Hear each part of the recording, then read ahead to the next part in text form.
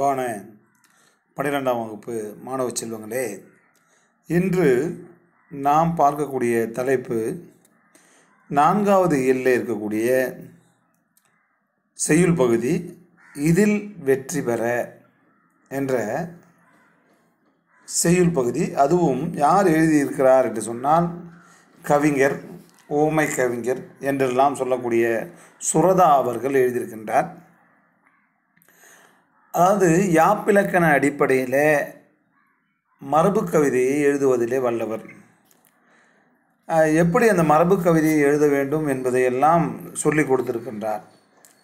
அப்போது பா வகை, வெண்பா, ஆசிரியப்பா, கலிப்பா, வஞ்சிப்பா என்று சொல்லக்கூடிய இந்த பா வகைகளை நாம் கற்றுத்தேர வேண்டும். அப்படி கற்றுத்தேர்ந்து அந்த பாக்களின் அடிப்படையிலே பாடல்களை ஏற்ற வேண்டும். உரைநடையில் அப்படியே சும்மா சொல்கிறது கவிதை ஆகிடாது. கவிதை எழுத வேண்டும் என்று சொன்னால் அதற்கான தகுதி இருக்க வேண்டும். அப்போ உரைநடை வேறு, கவிதை வேறு. அந்த சுரதா அவர்கள், சுரதா என்று சொன்னால் அவருடைய இயற்பெயர் ராஜகோபாலன். அவர் தன்னுடைய பாரதிதாசன் மீது கொண்ட பற்றின் காரணமாக தன்னுடைய பெயரை சுப்புரத்தினதாசன் என்று வைத்து கொண்டார். அதாவது பாரதிதாசனுடைய, நம்ம புதுவையிலே வாழ்ந்த பாரதிதாசன், அவனுடைய இயற்பெயர் என்று சொன்னால் சுப்புரத்தினம். பாரதிதாசனுடைய இயற்பெயர் சுப்புரத்தினம், உங்களுக்கு தெரியும் நினைக்கிறேன். அந்த சுப்புரத்தினதாசன் அப்படின்னு வச்சுட்டார். சுருக்கம் தான் சுரதா. இங்கே பாருங்கள், இந்த பாடப்பகுதி கவிஞர் சுரதாவினுடைய துறைமுகம் என்னும் கவிதை தொகுப்பிலே இடம்பெற்றுள்ளது. ஓமைகளை கையாளுவதிலே அற்புதமான, ஒவ்வொரு வரிக்கும் ஒரு ஓமையை சொல்லக்கூடியவர். அதனால் ஓமை கவிஞர் என்று பாராட்டப்பட்டவர். சிறப்பிக்கப்படும் சுரதாவின் இயற்பெயர் ராஜகோபாலன். அந்த பெயரை பாரதிதாசன் மீது கொண்ட பற்றுதலால் சுப்பு ரத்தினதாசன் என்று மாற்றி அதன் சுருக்கமான சுரதா என்னும் பெயரில் மரபு கவிதைகள், புரியுதுங்களா, பா அடிப்படையில் தான் எழுதுவார். சும்மா புது கவிதைலாம் எழுத மாட்டார். முழுக்க கவிதைகளை கொண்ட ஒரு இதழ் நடத்தியிருக்கார். அந்த இதழுக்கு பெயர் என்னென்னா காவியம். கவிதைகள் தான் இருக்கும் அதில். அதுவும் மரபு புலவர்கள் தான் எழுதியிருப்பார்கள். மரபு கவிதையில் எழுதக்கூடிய புலவர்கள் தான் அந்த கவிதை எழுதியிருப்பாங்க. இதை நடத்தியதோடு இலக்கியம், விண்மீன், ஊர்வலம் போன்ற இலக்கிய ஏடுகளை கூட அவர் நடத்தியிருக்கின்றார். அது மட்டுமல்ல, அவர் எழுதின நூல்கள் பாருங்கள்: தேன்மழை, துறைமுகம், மங்கையர்க்கரசி, அமுதும் தேனும் உள்ளிட்ட பல நூல்களை அவர் எழுதியிருக்காரு. தமிழக அரசு இவருக்கு கலைமாமணி விருது வழங்கியிருக்கிறது. அது மட்டுமில்லை, பாரதிதாசன் விருது, தஞ்சை தமிழ் பல்கலைக்கழகம் அவருக்கு ராசராசன் விருது வழங்கியிருக்கிறது. இப்படி பல விருதுகளை பெற்றிருக்கக்கூடிய அற்புதமான ஒரு ஓமை கவிஞர் சுரதா. அவர் இந்த வாழ்க்கையை பற்றி, இந்த வாழ்க்கையில் ஒரு செய்யுள் ஏற்றுன்னு சொன்னால் எப்படி ஏற்றணும் அப்படின்றதையும் வாழ்க்கையில் நடக்கக்கூடிய செய்திகளோடு சம்மந்தப்படுத்தி அவர் அந்த செய்யுள் ஏற்றத்தை சொல்லியிருக்காரு. இப்போ நம்ம பாடத்துக்கு போகலாம். நடக்கிற இந்த சங்கதிகளை என்ன சொல்கிறாங்க பாருங்கள். விண்வேறு, விண்வெளியில், அதுக்கு முன்னாடி மேலே என்ன இருக்குதுன்னு பார்ப்போம். உரைநடை எழுதும் முறையும் கவிதையும் எழுதும் முறையும், உரைநடை எழுதும் முறையும் கவிதை எழுதும் முறையும் வேறு வேறு. புரியுதுங்களா? நான் முதல்ல சொன்னேன், உரைநடை எழுதும் மாதிரி கவிதை எழுத முடியாது. உரைநடை என்பது மக்கள் பேசும் எளிய சொற்கள் தொடர்களாக அமைவது. நம்ம என்ன பேசுகிறோமோ அதான் உரைநடை. கவிதை என்பது அது கிடையாது. அதில் எதுகை இருக்கணும், மோனை இருக்கணும், இயைபு இருக்கணும், முரண் இருக்கணும், சந்தம் இருக்கணும். அப்போ எதுகை தொடை, மோனை தொடை, இயைபு தொடை, சந்தத்தொடை, இல்லையா, இயைபு தொடை என்று அதெல்லாம் இருக்கணும். அந்த யாப்பிலக்கண நெறிகளுக்கு உட்பட்டு அமைவது. சிறந்த படைப்புகள் உருவாக கல்விதான் துணையாக இருக்கிறது. இப்போ நம்ம இதில் பார்க்கக்கூடிய இந்த இயல் முழுக்க கல்வி செல்வத்தினுடைய சிறப்பை பற்றி தான் நம்ம பார்க்க போகிறோம். கேடில் விழிச்செல்வம் கல்வி ஒருவருக்கு மாடல்ல மற்றையவன் சொன்னான் வள்ளுவன். அதனால் விழுமிய செல்வமான கல்வி செல்வம், அதாவது நீ இறக்கின்ற பொழுது உன்னோடு எதுவும் வராது, ஒன்றே ஒன்று தான் வரும், அதுதான் கல்வி செல்வம். அந்த கல்வி செல்வத்தை பற்றி தான் நம்ம இந்த இயல் முழுக்க பார்க்க போகிறோம். இதில் இவர் என்ன சொல்கிறாரு அப்படின்றத பார்க்கணும்.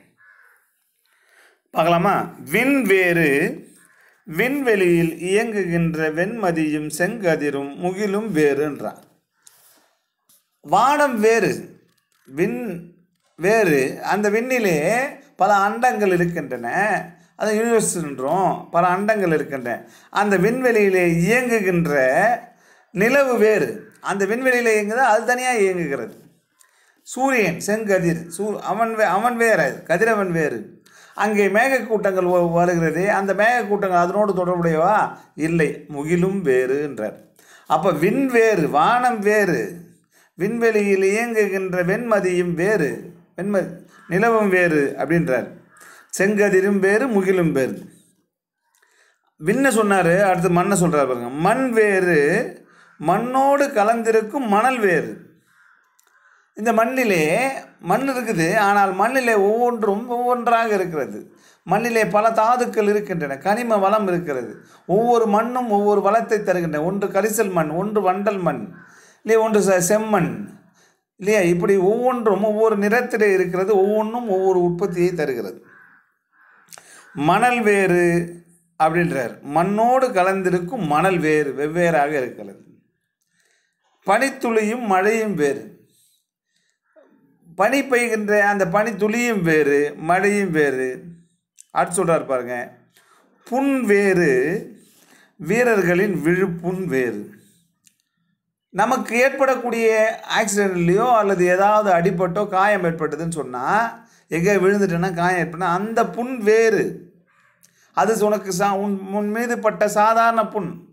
ஆனால் போரிலே வீரர்கள் எதிரிப்படையை எதிர்த்து நின்று நேருக்கு நேராக சண்டையிட்டு படக்கூடிய அந்த காயம் இருக்குது பாருங்கள், அதுதான் விழுப்புண். அது புறமுதுகிட்டு ஓடாமல் நேருக்கு மார்பிலே வேல் தாங்கி இறக்கலாம் என்று சொன்னால் அதுக்கு பேர் தான் விழுப்புண். அந்த விழுப்புண் வேறு, அது வீரத்தின் காரணமாக விளைந்த புண்ணுது. நீ காயம், இந்த காயம் ஆக்சிடென்ட்லேயோ இல்லை கீழே விழுந்தோ அடிப்பட்டது, இந்த புண்ணே அல்ல அது. ஆனால் விழுப்புண் பெருமை தரக்கூடியது, இந்த புண் அழுக்கு தரக்கூடியது, இல்லையா, அது பெருமை தரக்கூடியது, இது இழிவை தரக்கூடியது.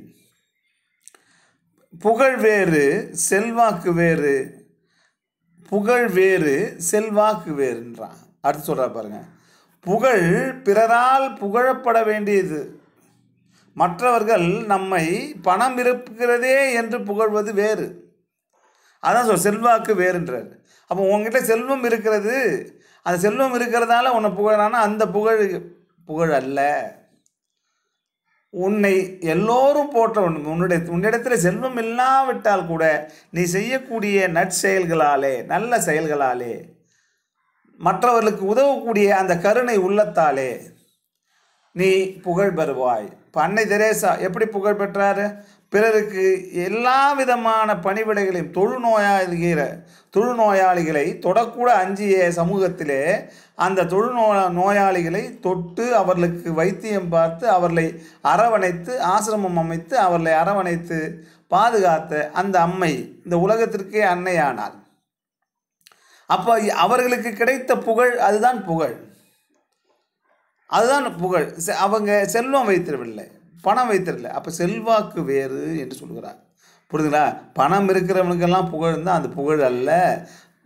மனிதன் உன்னை போற்ற வேண்டும். இப்போ காமராசர் செல்வம் வந்ததா அவற்றில்? இல்லை இல்லையா? ஆனால் இன்னமும் புகழறோம் இல்லையா? காணும் கண் வேறு, கல்வி கண் வேறு. இப்போது நாம் பார்க்குற பார்வையில் தான் ஒவ்வொன்றும் இருக்குது.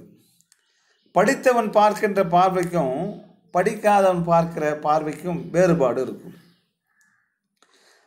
சில நேரங்களில் ஒரு மெக்கானிக் பார்க்கிற பார்வைக்கும் நாம் பார்க்குற பார்வைக்கும் அவன் அறிவுபூர்வமாக அந்த அவனுடைய அறிவு சார்ந்து அவன் பார்ப்பான், நமக்கு அதை பற்றி தெரியாது. அப்போ கல்வி கற்றவன் ஒரு பார்வை பார்ப்பான், ஒரு இதை.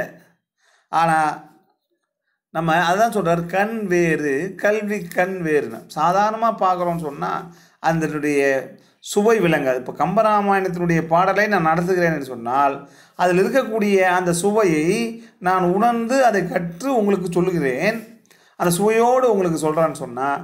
ஆனால் நீ எப்படி நினைப்பே? சாதாரணமாக ஏதோ பாட்டு நடத்துகிறார் சார், அதனுடைய ஆழமான பொருளை உணர்ந்து அதில் இருக்கக்கூடிய சுவையை உணர்ந்து நடத்துகின்ற பொழுது, அதில் ஒன்றி விடுகின்ற பொழுது தான் அதோடு ஒன்றும் பொழுது அந்த நான் பார்க்கின்ற அந்த பார்வை வேறாக இருக்கிறது, மாணவர்களாகிய நீங்கள் பார்க்கிற பார்வை வேறாக இருக்குது. அதுதான் கண் வேறு, கல்வி கண் வேறுன்றான். கற்றார் கவிநடையும் உரைநடையும் வேறு வேறு. கற்றவர்களுடைய கவிதை நடை, அவருடைய உரைநடை வேறு. அப்போ கற்றவனெல்லாம் கவிதை எழுத முடியுமா? எழுத முடியாது. உரைநடை பேசுகிற மாதிரி உரைநடையே எழுதலாம். ஆனால் கற்றிருந்தாலும் கவிதை எழுதக்கூடிய யாப்பிலக்கணத்தை அறிந்திருக்க வேண்டும். பாருங்க, அடுத்து சொல்கிறப்ப எல்லாத்துக்குமே ஓமையை சொல்லிக்கிறார். ஆக்குவதனை ஆக்குமறை நாம் அதனை அரிசி என்றும் ஆக்கிய பின் சோறு என்றும் சொல்லுகின்றோம். ஓமையை சொல்கிறார் பாருங்க. அடுத்த ஓமையை சொல்லுவார் பாருங்க. நம்ம சோறு ஆக்கிற வரைக்கும் அரிசி போடு, உலையில் போடுன்றோம். அந்த அரிசி உலை கொதித்த உடனே அதை என்ன சொல்கிறோம்? சோறு வெந்துட்டா பாருன்றோம். அரிசி போட்டோம், அரிசி வெந்துட்டா பாருன்னு சொல்கிறோம்? இல்லை, நம்ம எப்படி சொல்கிறோம்? சோறு வெந்துட்டா பாருன்னு சொல்கிறோம். அப்படி தான் செய்கிற சொல்கிறாங்க அம்மா.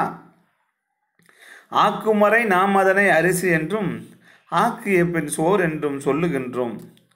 பூக்குமறை அரும்பென்றும் பூத்த பின்பே பூவென்றும் சொல்லுகின்றோம். அதுபோல ஓமையை சொல்கிறாரா? ஒரு பூவு பூக்கும் வர பூக்கிறதுக்கு முன்னாடி என்ன சொல்கிறோம்? அரும்புன்றோம், மொட்டுன்றோம் இல்லையா? அந்த மொட்டு மலர்ந்த பிறகு பூவென்று சொல்லுகின்றோம். அதுபோல சொல்லை சேர்கின்ற நேரத்தில், ஒரு சொற்களை சேர்க்கிற நேரம் பொழுது எதுகை மோனை சேர்க்காமல் அடியளவை அறிந்திடாமல் வார்க்கின்ற வடிவம்தான் வசனம். யாப்பில் வந்தடங்கும் வார்த்தைகளே கவிதையாகும். இப்போ ஒரு கவிதையை நீ எப்படி எழுதணுன்றத செய்தியை சொல்கிறாரு.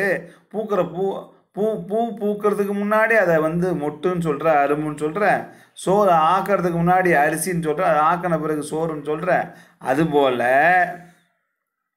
எல்லாத்துக்கும் ஓமை சொல்கிற. அதுபோல் நீ ஒரு செய்யுள் எழுதணும்னு சொன்னால் எதுகை மோனை இதெல்லாம் சேர்க்கணும். அடி அளவு என்ன? அடி அளவு 4 அடியா, 12 அடியா, 6 அடியா அப்படின்னு அந்த அளவு இருக்குது. வெண்பானா 4 அடி, அகவல் பானா எத்தனை அடி வேணால் எழுதலாம் அப்படின்னு அளவு இருக்குது. அந்த அடி அளவு இருக்கணும். அப்படி அறிந்திடாமல் வார்க்கின்ற வடிவம் தான் வசனம்ன்றான். அப்போ அடி அளவோடு எழுதுறது கவிதை. இங்கே அடி அளவு இல்லாமல் எழுதுறோன்னா அதுக்கு பேர் வசனம். யாப்பில் வந்தடங்கும் வார்த்தைகளே கவிதை. அப்போ நேர் நேர் தேமா, நிறை நேர் புளிமா, நிறை நிறை கருவிலம், நேர் நிறை குவிலம் அப்படின்னு இந்த தேமா புளிமாலாம் போட்டு அந்த நம்ம ஏற்சீர் வெண்டலை வெண்சீர் வெண்டலைன்னு சொல்லி வெண்பா அமைக்கிறோம் இல்லையா? அப்படி அமைக்கணுன்றார். பழுத்திருந்தால் சாறு வரும், வயலில் தண்ணீர் பாய்ந்திருந்தால் ஏர்கள் வரும்.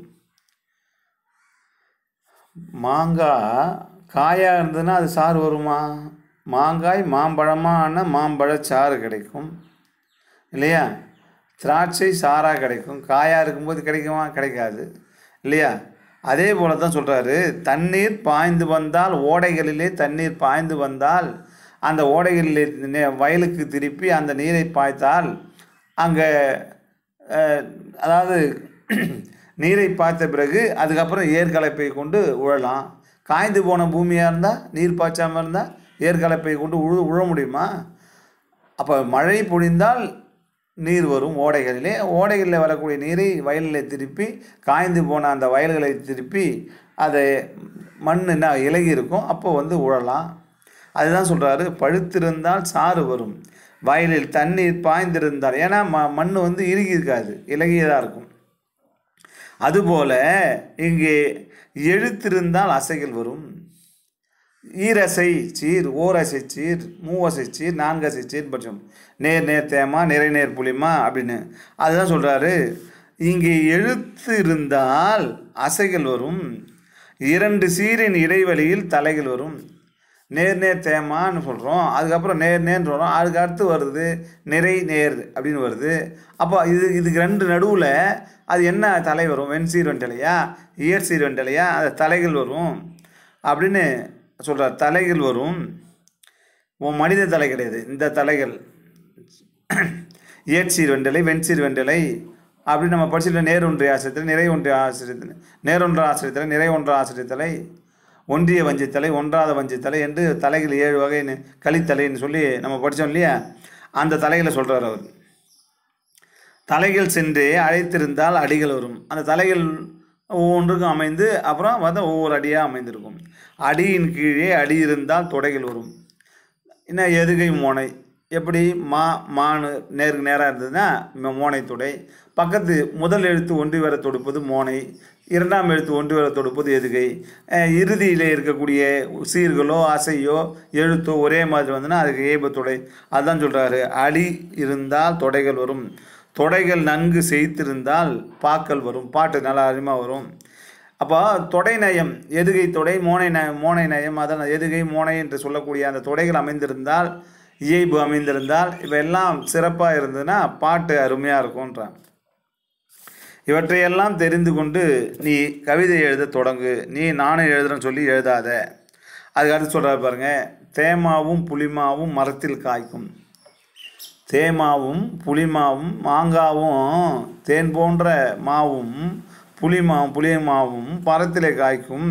சீர்களிலும் அந்த காய்கள் நன்கு காய்க்கும். நீ 10th படிச்சிருப்ப, நேர் தேமா நிறைநேர் புளிமான்னு. அதுதான் சொல்கிறாரு இங்கே, சீர்களிலும் அந்த காய்கள் தேமாங்காய் புளிமாங்காய் என்று காய்க்கும். நீ ஏமாந்தால் தலை தட்டும். கொஞ்சம் ஏமாந்து அந்த பாட்டை எழுதணுன்னா நல்லா கவனமாக எழுதணும். அப்படி நான் தலை தட்டும், அதாவது நேர் எழுதுறேன்னா அதுக்கடுத்து வெண்பாவில் நிறைன்னு வரணும். புரியுதுங்களா? அப்போ நேர் முன் நிறை, முன் நிறை அப்படின்னு வரணும். புரியுதுங்களா? நேர் தேமா, அப்போ முன் நிறை அப்படின்னு பக்கத்து சீரு அந்த மாதிரி வரணும். அது பாருங்கள், பாடலில் இவ்வளோ இலக்கணத்தை கொடுக்குறாரு பாருங்கள். தேமாவும் புளிமாவும் மரத்தில் காய்க்கும், சீர்களிலும் அந்த அக்காய்கள் நன்கு காய்க்கும். ஏமாந்தால் தலை தட்டும். எவ்வளோ அழகாக சொல்கிறோம். வெள்ளைப்பாட்டின் இறுதி சீர் காசு தரும். வெள்ளைப்பாட்டுனா வெண்பா. அந்த வெண்பா பாட்டில் இறுதி சீர், நாள் மலர் காசு பிறப்பு என்று சொல்லக்கூடிய அந்த ஏதேனும் ஒன்றை கொண்டு முடியும். செடியில் பூத்த பூ மீது வண்டு வந்து தங்கும். அப்போது செடியிலே பூ இருக்குதுன்னா அந்த மலரை நோக்கி வண்டுகள் எப்பொழுதும் வரக்கூடியது. ஏன்னா அதில் இருக்கக்கூடிய தேனை உண்ணுவதற்காக வரும் வண்டுகள் இல்லையா. தேன் உண்டும் வண்டு மாமலரை கண்டு இல்லையா மயங்கி கிடக்கிறது. நல்ல புலவர்களின் பாடல்களிலே கீர்த்தி தங்கும். இப்போ இதை போல் நல்ல சிறப்பான தேமா புளிமா என்று போட்டாலும் அதில் நல்ல கருத்துக்கள் அமைந்த பாடல்களை எழுதுகின்ற பொழுது அவர்களுக்கு புகழ் தங்கும். கீர்த்தினா புகழ். சாமானிய மக்களுக்கு விளங்கும் வண்ணம் தமிழ் கவிதை தர வேண்டும் இந்த நாளில். அதாவது அந்த காலத்தில் இருந்த பாடல்கள் ரொம்ப இலக்கணமாக இருந்தாலும் மக்களுக்கு புரியாத வகையில் அந்த பாடல்கள் எல்லாம் இருந்தன. அப்போது அதை மாற்றி அமைத்தவன் தான் பாரதி. அவனும் வசன கவிதை எழுதினான், ஆனாலும் சில மரபுகளே பாடல்கள் எழுதியிருக்கிறான். ஆனால் இப்போ பின்னாலே வந்த பாரதிதாசனுடைய அடியானாக சுரதா, இவரெல்லாம் மக்களுக்கு புரியக்கூடிய வகையில் ஆனாலும் மரபு கவிதையிலே அற்புதமாக எழுதியிருக்கிறார். புது கவிதையில் எழுதாமல் மரபு கவிதையில் எழுதியிருக்கிறார்கள். பழைய காலத்தில் எப்படி எழுதினாங்களோ அதே போல். ஆனால் மக்களுக்கு எளிய வடிவிலே அவர்களுக்கு போய் சேருது. இப்போ நான் சொல்கிற இந்த பாடல் எளிமையாக இருக்குது, உங்களுக்கு புரியுது. சாதாரண மக்களும் விளங்கும் வண்ணம் தமிழ் கவிதை தர வேண்டும் இந்த நாளில். அதுக்கடுத்து பாருங்கள், எருவினிலே பயிர் விளையும், சிறந்த கேள்வி எழுப்புவதால் ஆராய்ச்சி விளையும். அப்போது பாருங்கள், எருவினிலே பயிர், நல்ல எருவு போட்டால், உரம் போட்டால் பயிர் நல்லா செழித்து வளரும். அதே போல் சிறந்த கேள்வி எழுப்புவதால் ஆராய்ச்சி விளையும். ஏன், எதற்கு, எப்படி என்ற மாணவர்கள் வினாக்களை எழுப்ப வேண்டும். அப்படி வினாக்களை தொடுக்கின்ற பொழுதுதான் உன்னுள்ளே ஆராய்ச்சி மனப்பான்மை பெருகும். இது ஏன் இப்படி இருக்குது, இன்னும் ஒரு ஆசிரியர் சொல்கிறார் என்று சொன்னால் அப்படியே கேட்டுக்கொள்ளக்கூடாது. இது எதனால் சார் விளைந்தது, எதனால் இப்படி நடக்குமா அப்படின்னு நீ கேள்விகளை அவரிடத்தில் கேட்கின்ற பொழுதுதான் உனக்குள்ளே அறிவானது பெருகும்.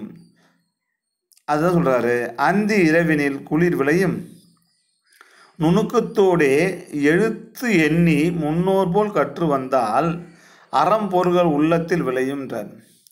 அந்தி இரவினிலே பொழுதானா மாலை நேரத்தில், இந்த நேரத்தில் பாருங்கள், இப்போ குளிர்காற்று வீசுகிறது.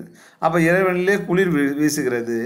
நுணுக்கத்தோடே எழுத்தெண்ணி முன்னோர் போல் கற்று வந்தான். அந்த காலத்தில் பாடங்கள் எல்லாம் எப்படி ஓலைச்சுவடிகளில் படித்தார்கள். ஓலைச்சுவடிகளில் இந்த பெருக்கல் வாய்ப்பாடெலாம் பார்த்திங்கன்னா ஒரு 2 2 2 4 4 2 8 2 10 இப்படின்னு 16 வாய்ப்பாடு வரைக்கும் நாங்கள் சொல்லுவோம். 16 வாய்ப்பாடு வரைக்கும் படிச்சிடணும்னு சொல்லுவாங்க. அப்போ இதெல்லாம் தான் இப்போ இன்றைக்கி எனக்கு பயனுள்ளதாக இருக்கிறது. அன்றைக்கி எங்கள் காலத்துக்கு முன்னாலலாம் அப்போ ஓலைச்சுவடிகளில் படித்தான். அப்போ ஓலைச்சுவடிகளில் படிக்கும்போது பாடல்களை எல்லாம் பல பாடல்களை அப்படியே மனப்பாடமாக நெட்டுரு செய்து உபாத்தியார் ஆசிரியர் அந்த ஆசிரியர்கிட்ட சொல்லுவாங்க. இன்றைக்கி இப்போ அப்போ பூக்கள் பேரை சொல்லி வச்சுருப்பான். இந்த பூவெல்லாம் பேர்லாம் சொல்லுன்னு. அப்போ பல 105 பூக்கள் பேரை குறிஞ்சி தண்ணியில் சொல்கிறாரு கபிலர். அப்போ அந்த பூக்களுடைய பெயர்கள் எல்லாம் மனப்பாடமாக சொல்லுவான் நம்மால். அப்படியெல்லாம் மனப்பாட சக்தி நம்ம மக்கள்கிட்ட இருந்தது.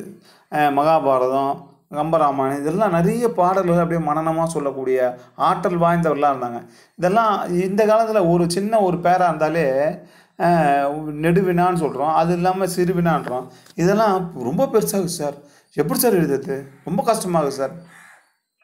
அப்படிலாம் கிடையாது. நாங்களாம் அதை எல்லாத்தையும் அப்படியே மனப்பாடம் பண்ணியிருக்கிறோம், அப்படியே எழுதுவோம். ஆனால் இந்த காலத்தில் இந்த பிள்ளைங்களுக்கு மனப்பாட சக்தி என்பதே இல்லாமல் போயிடுது. இது என்னென்னா இந்த கால கல்வி முறை அந்த மாதிரி மட்டமாக போனதால தான் இப்படி ஆயிடுச்சு. அதனால் அதாவது எழுத்து எண்ணி முன்னோர் போல கற்று வந்தால், அப்போ அந்த காலத்தில் முன்னோர்கள் எப்படி கற்று வந்தாங்களோ அது போல் கற்று வந்தால் உன்னிடத்திலே அறம் பொருள்கள் உள்ளத்தில் விளையும், உன்னிடத்திலே மற்றவர்களுக்கு உதவ வேண்டும் என்ற எண்ணம் விளையும், அறம் பொருள்கள் உள்ளத்திலே விளையும், மிஞ்சும் அறிவினிலே புகழ் விளையும். அப்போ நீ கற்க தான் உன் அறிவு விளையும். தொட்டனை தூரும் மணற்கனி மாந்தருக்கு கற்றனை தூரும் அறிவு. எப்படி மணற்பாங்கான இடத்துல எப்படி எவ்வளோ ஆழம் பள்ளம் தோன்றி அந்த அளவுக்கு நீர் சுரக்கும், அதுபோல் நீ எவ்வளோ கல்வி கற்கிறியோ அந்த அளவுக்கு உன்னுடைய அறிவு வளரும். அதனால் அதே போல் எவ்வளோ கல்வி கற்றுனா அந்த அளவுக்கு புகழும் விளையும். உனக்கு கற்க உனக்கு அறிவு வளரும். அந்த அறிவினாலே மக்கள் மத்தியில் பேசுகின்ற போது உனக்கு புகழ் விளையும்.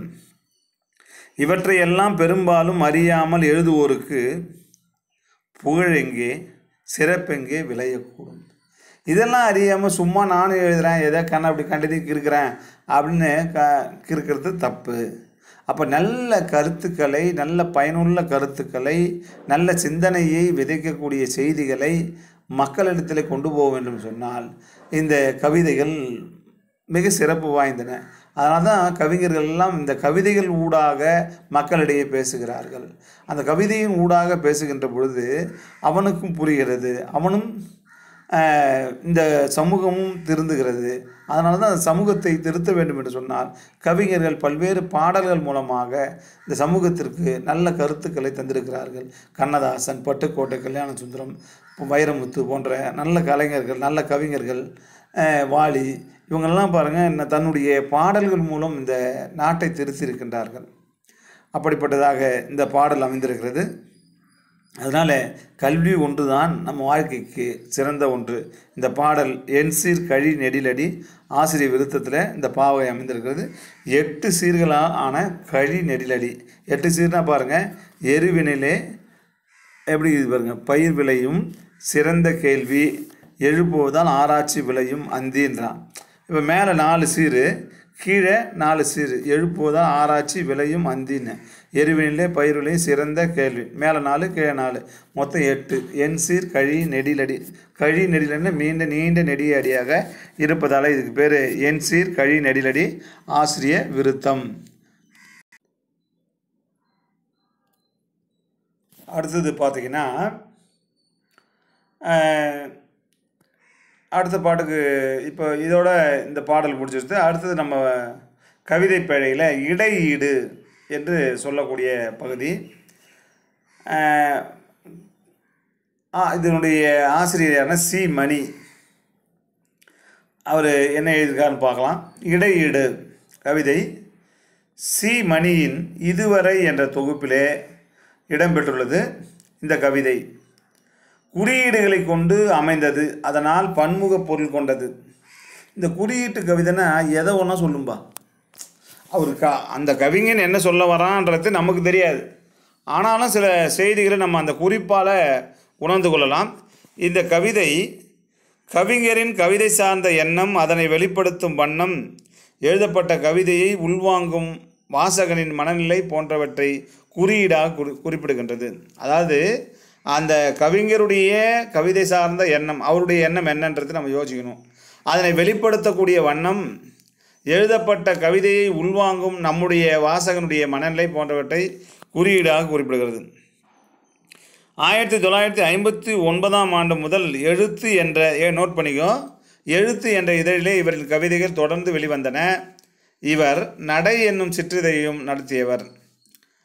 இவர் படைத்த இலக்கணம் பற்றிய யாப்பும் கவிதையும் என்னும் நூலும் வரும் போகும் ஒளிச்சேர்க்கை ஆகிய கவிதை தொகுப்புகளும் குறிப்பிடத்தக்கவை.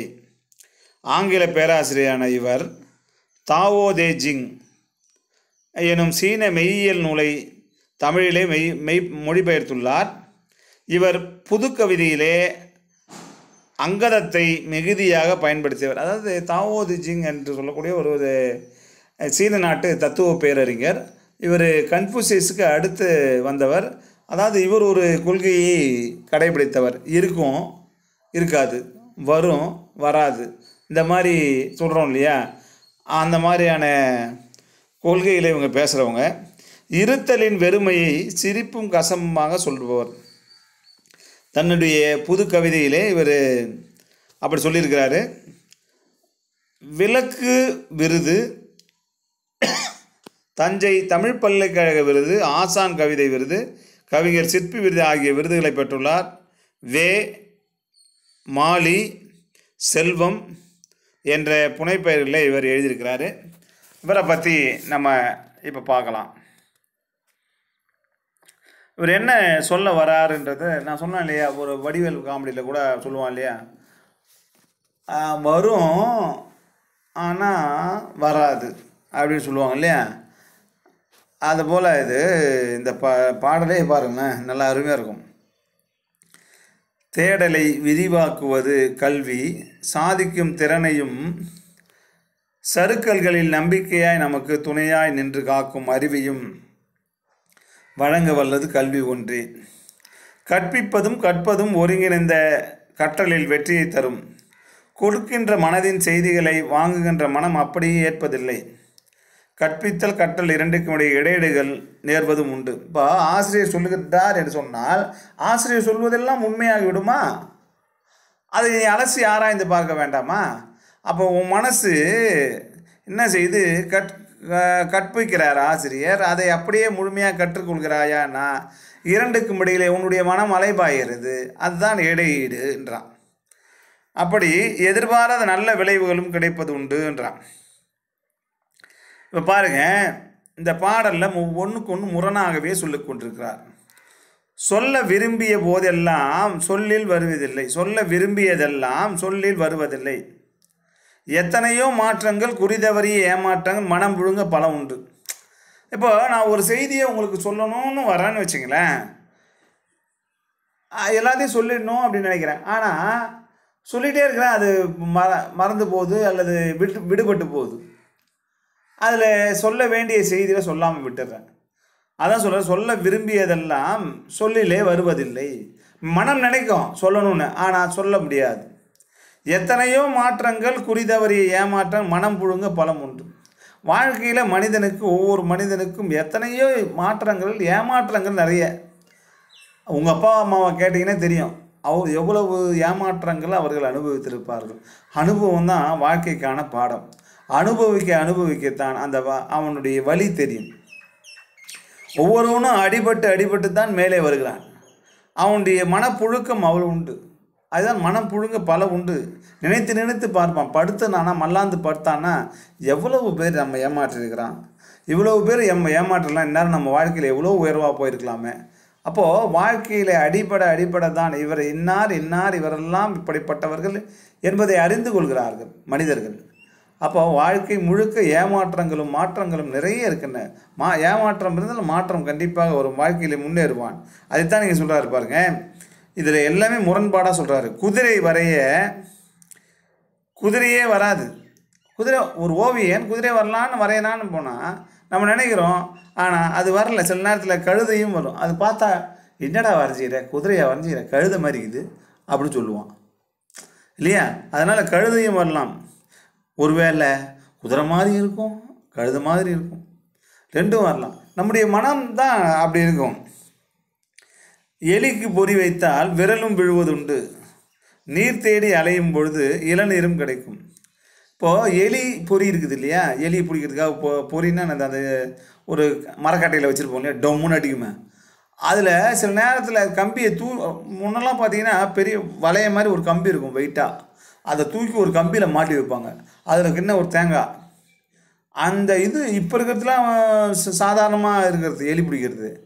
ஆனால் அந்த காலத்தில் ஒரு கம்பியை வெயிட்டாக தூக்கி அதை தூக்கி மாட்டணும். அதில் நாங்களாம் இழுத்து மாட்டுவோம். அதை தவறி அதை விட்டோன்னு வச்சிங்கன்னா கை துண்டாயிடும். அது பொத்துன்னு அடிக்கும் கழுத்தை, அந்த எலும்பு உடைஞ்சிரும், எலிக்கலாம் நசிக்கிறோம், நம்ம விரல் ஆகும்.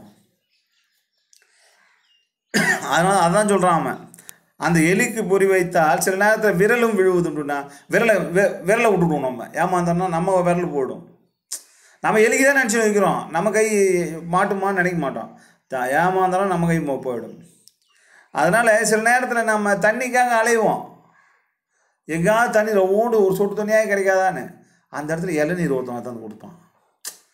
நாம் எதிர்பார்க்காத நடக்கும் வாழ்க்கையில். எதுவுமே எதிர்பார்த்து நடப்பாது. நினைப்பதெல்லாம் நடந்து விட்டால் தெய்வம் ஏதுமில்லை, நடந்ததையே நினைத்திருந்தால் அமைதி என்றும் இல்லைன்னா அதனால் நினைப்பதெல்லாம் நடந்துச்சுன்னா ஆண்டவன் எதாவது இருக்கிறான்னா ஆண்டவன் தேவையில்லை, நமக்கு கடவுளே தேவையில்லை. அதே போல் நடந்ததையே நினைத்திருந்தால் நமக்கு அமைதி என்றும் இல்லை.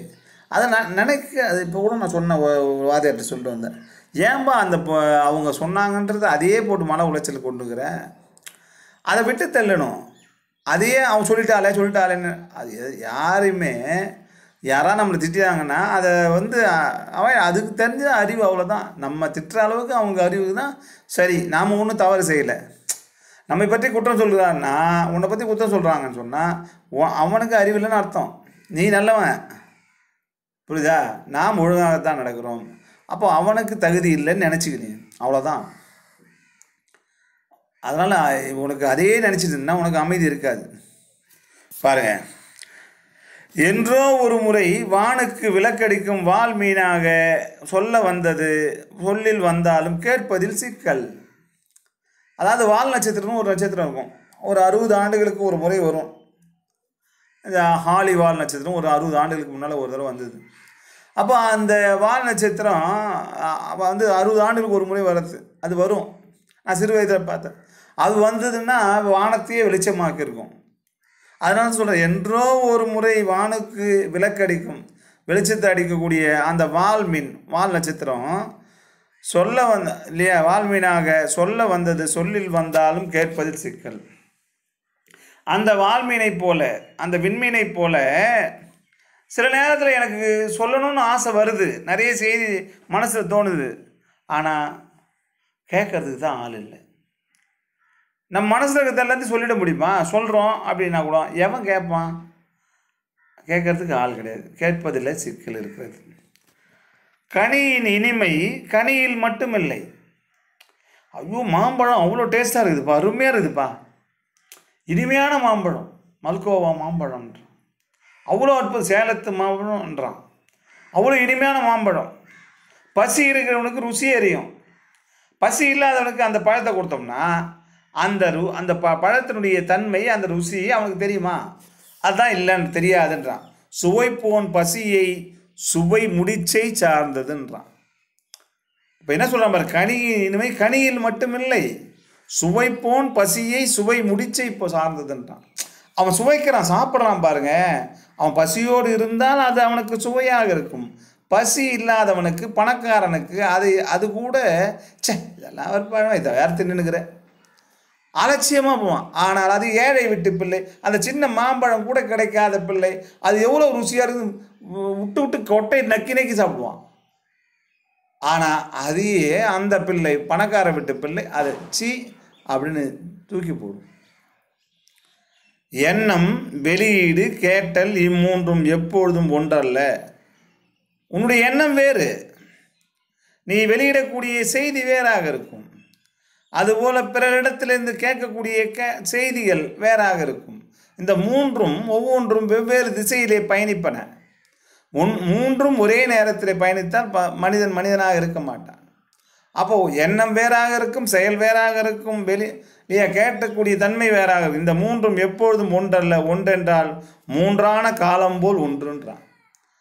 அவன் மூன்றான காலம் போல் ஒன்றாயிடும்ன்றான். அப்போ நீ மனிதனே அல்ல, நீ தெய்வமாகி விடுவார் மூன்றும் இருந்தால். அதனால் நாம் நிறைய நமக்குள்ளே மாற்றங்கள் ஏற்பட்டு கொண்டே இருக்கும். நாம் நினைப்பதெல்லாம் நடந்து விடாது.